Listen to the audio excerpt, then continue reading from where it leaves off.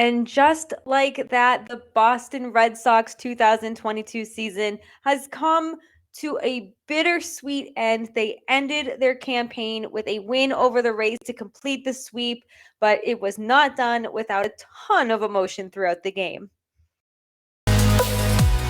You are Locked On Red Sox, your daily Boston Red Sox podcast. Part of the Locked On Podcast Network, your team every day.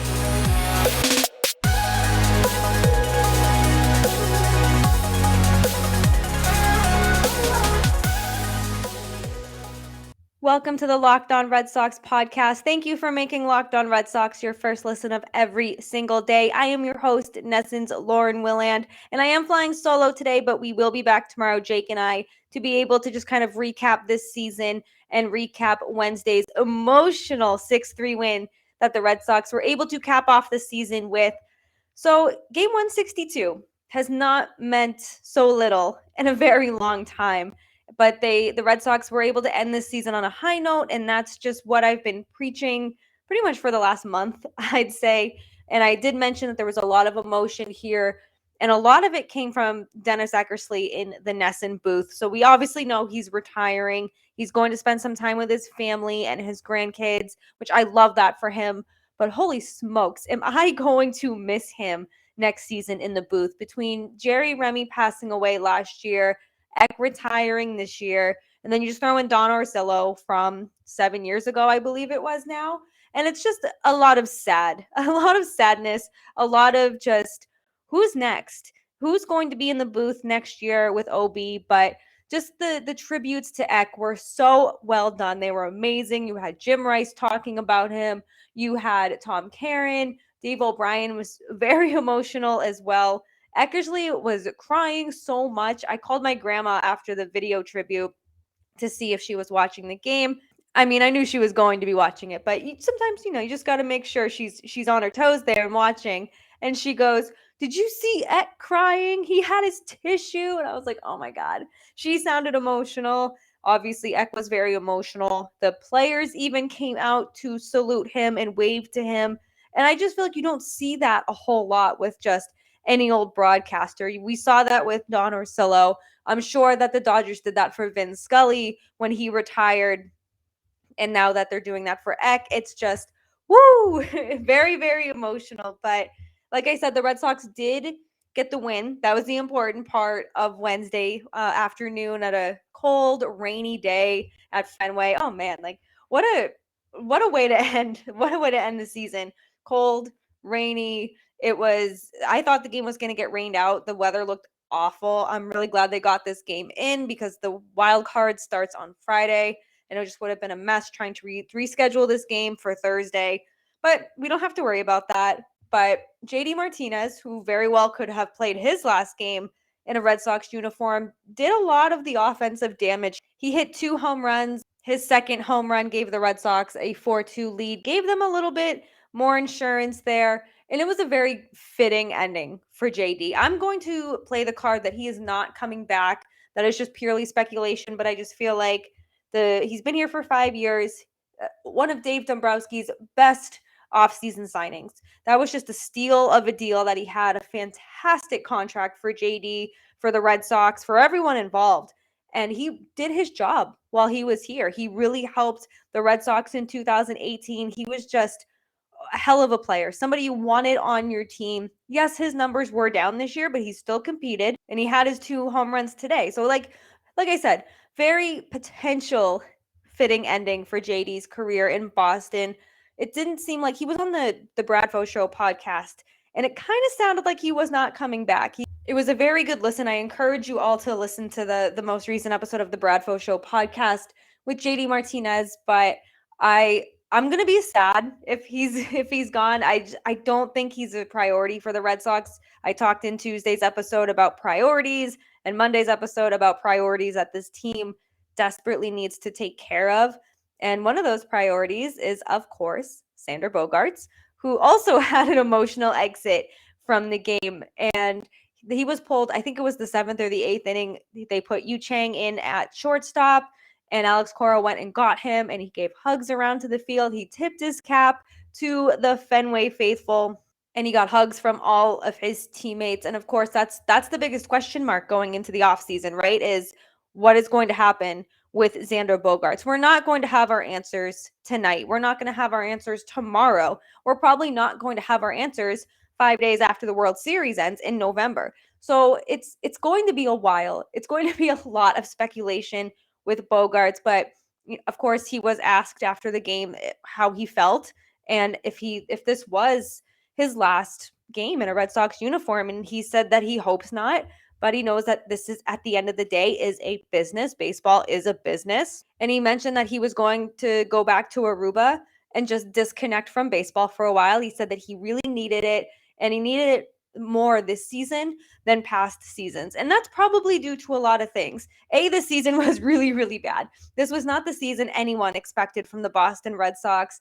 It was a down season for Bogaerts, even though he was in the batting title race just a week ago. He's hurt. He has that wrist injury. Who knows if he's dealing with anything else injury-wise, mentally-wise. So, and he's got this looming decision to make. At the end of the day, this is his decision to make, to opt out, to opt in, to remain with Boston. That is in his court. And once he makes his decision, assuming he's going to opt out, then it's in the Red Sox court to make sure you get this guy signed. Brian O'Halloran and Sam Kennedy not necessarily have walked back what they've said, but they've been a bit quieter than usual, I guess. I don't even know if more than usual is the right term there, because they don't talk a whole lot to begin with. But, hearing the emotions from Bogaerts, but also hearing how much people want him to stay, not just the players, not just the fans, but like Alex Cora and Chaim Bloom has said it too. And again, everyone in the front office is saying the right things. We don't want your words. Red Sox fans don't want your words. They've had your words for so long, and they don't trust them. And understandably so, and rightfully so. They shouldn't trust your words at this point with everything that has happened, not just with Mookie, not just with Lester, but dating back before Chaim Bloom got here, before Dave Dombrowski got here. So this isn't new for the Red Sox to let a superstar or a fan favorite go in free agency and let them walk and not come back to Boston. But like I said, very, very emotional. The fans, it was not a very big crowd at Fenway, between just this game meaning nothing, the weather, and a 4:00 start on a Wednesday. Just kind of put all those things together. It's not a very good day for a game. But the crowd was very behind Bogaerts. I think that they made it very clear they want him here. Everyone on Twitter seemed to be very emotional about the tip cap. He did get his well-deserved curtain call from the Fenway faithful. And now it's just a matter of time. Now we just have to wait. We have to play the waiting game. I don't like the waiting game. I'm very impatient. I do not have patience at all. One of the least patient people you're probably ever going to meet. But I know that this is something that is not going to be resolved overnight. If Xander Bogaerts wanted to opt in, he would say that. If he knew he was going to opt in, I think he would have said that months ago. There wouldn't be all this contract speculation. And he deserves a pay raise. He absolutely deserves that pay raise, and he should go get it.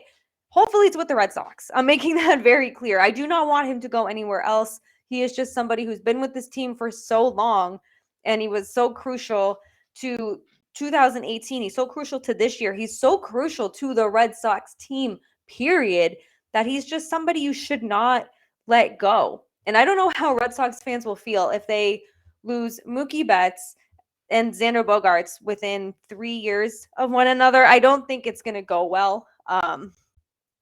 If I had to take my best guess, I do say he's coming back. I don't think it's going to be a quick resolution. I think we're going to be waiting a little bit longer, probably after the winter meetings would be my best guess. I hope I'm wrong, because I want this done as soon as possible, but that is the biggest question mark. And it was nice to see him make the double plays. It was nice to see him just go out there and really play like he wasn't having all of this over his head. And I think he's played like that all season. We knew that this contract was a thing that was always looming over the Red Sox, that was always looming over Bogaerts. And he played like there was nothing going on. And maybe it was distracting him the whole season, maybe not. But I think fans should be happy with the season from Bogaerts, even though you can look at his numbers besides his batting average and say, wow, yeah, maybe that is a down year. he still gave you 110%, even though he's probably like 60% healthy. Maybe that's a little low, but it's the end of the season. Everyone's tired. Everyone's a little banged up. Everyone is ready to go home and put this season behind him, especially if you are a member of the Red Sox. But there are still teams fighting for the postseason and fighting for their chance to get out of the wild card. Go to the ALDS, the NLDS, go to the World Series. You can check out all of those odds right on betonline.net, because betonline.net is your number one source for your football betting info this season, as well as your MLB postseason info. You can find all the latest player developments, team matchups, news, podcasts, and in-depth articles and analysis on every game you can find. And as always, BetOnline remains your continued source for all of your sport wagering information, with live betting and up-to-the-minute scores for every single sport out there. It's the fastest and the easiest way to check in on all of your favorite games and events, including MLB Wildcard starts Friday, MMA, boxing, and golf. Head to betonline.net or use your mobile device to learn more. That's BetOnline, where the game starts. So there's a lot to think about going into the offseason. Xander Bogaerts obviously is the biggest storyline, and we're going to talk about him so much this offseason. Every ounce of news and rumors that come out, we will talk about. Of course, we'll talk about. He's the biggest storyline going into the offseason. But you have other players too. JD Martinez, we mentioned. Xander Bogaerts. Nate Eovaldi is someone else who I think likely pitched his last game in a Red Sox uniform earlier this week. It was a rain-shortened win. He was credited with the shutout, so that is a good way to end your season and potentially your Red Sox career. Like I've said in previous episodes, I just think the Red Sox priorities are just a lot right now, and Nate Eovaldi isn't in their future plans. I love what he's done for this team. I will always remember 2018. I will always remember him giving his best, stepping up in the ace role in 2021, and just even in 2020, when that season was really, really bad. There was the COVID years, a 60-game season, and everyone, and people like Xander, people like Nate Eovaldi were giving their all during those times. But Eovaldi really stepped up when he needed to. He just became the ace that the Red Sox needed during a time we thought that was going to be Chris Sale. And it obviously wasn't, with Tommy John, with his surgeries, with his freak injuries, and everything in between. Eovaldi didn't hesitate to step up. But as much as I love Eovaldi, and I still think he certainly can be a good piece to a team, I just think the Red Sox really need to focus their priorities on Bogaerts and the bullpen.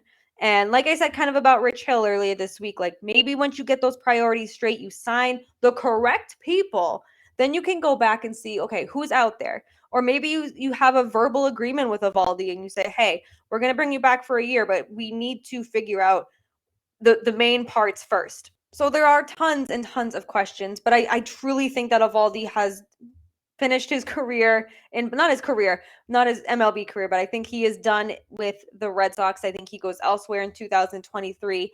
And it kind of makes me a little bit sad, because then you think about the 2018 team. If JD goes, if Eovaldi goes, if Bogaerts goes, and you just kind of think back and like, Christian Vasquez is gone. Who else from the 2018 team? Obviously, there still are people on this current Red Sox roster going into 2023, but it's just like, wow, that seems like so long ago now. That seems like the best, the funnest, the most electric team in baseball in 2018. And now it's like, it just seems like it was so long ago. And people like Eovaldi, like Martinez, like Bogaerts were so crucial to that team. And you could even throw in Jackie Bradley Jr. there too, who's now going to be playing in the postseason with the Toronto Blue Jays. I'm so happy for him. But it's just so crazy how things can change in a matter of not a whole lot of time. Yes, that was 4 years ago, but you just think that the run they went on in 2018, how much fun we were having in 2018, even last year, how much fun we were having in 2021 in the postseason when they were the underdogs. You had Kyle from Waltham. You just had people embracing the Red Sox. You had the clubhouse song of Dancing on My Own. It was just fun. And there was none of that fun this year. And hopefully that comes back in 2023. But we shall see, right? That's all we can do now is just wait. And it was a very, very roller coaster of a season. And that's what we're going to do our mental health minute on, is just talk about the season as a whole, because it was an emotional roller coaster. So the season didn't start off too good for the Red Sox, but then it kind of got better. And then we had all the hope in the world in June. I was like, this is not a fluke. The Red Sox they finally found their groove. They're finally clicking. And yes, they had a slew of injuries this season, but you can't keep making that excuse. Alex Cora even said that on Wednesday before the game. He's like, we can't just keep saying we were injured. We were injured. Other teams were injured. The Yankees were injured. The Rays were injured. Every single team deals with injuries. And yes, they just kept coming for the Red Sox, but they never found a way to truly be that next man up. They didn't have that next man up mentality. And maybe the players did, but it just never translated to the field. And I think some of that had to do with the younger players coming up from Worcester when they weren't quite ready, to no fault of those players' own. It was not the fault of the player, but the depth is there. It's just not ready yet. And they were tested early, they were tested often, and it was just a up and down season.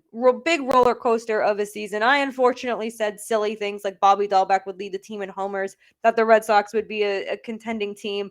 I was very, very wrong at Old Takes Exposed, but none of us are perfect. I think I preached this in Tuesday's episode, that no one is perfect. But overall this season, even though it wasn't what we wanted, I still had so much fun jumping on this podcast every day with you to talk about the Red Sox, to air our grievances, whether it was trade deadline, whether it was Red Sox leaving men on base, leaving the bases loaded, not scoring with the bases loaded, not scoring with runners in scoring position. We could go on and on and on, but we won't. This is going to be a happy mental health minute, because I'm just very grateful to be able to do this job every day. I love baseball. I grew up with baseball. My grandmother is the reason I love baseball. She's 94 years old and never misses a game. She's so quick with it, and it's just something that we can still bond over. So I'm always sad when the season ends, even if I knew the season was ending on October 5th for a while now. But it still is sad, because now it's just one less thing that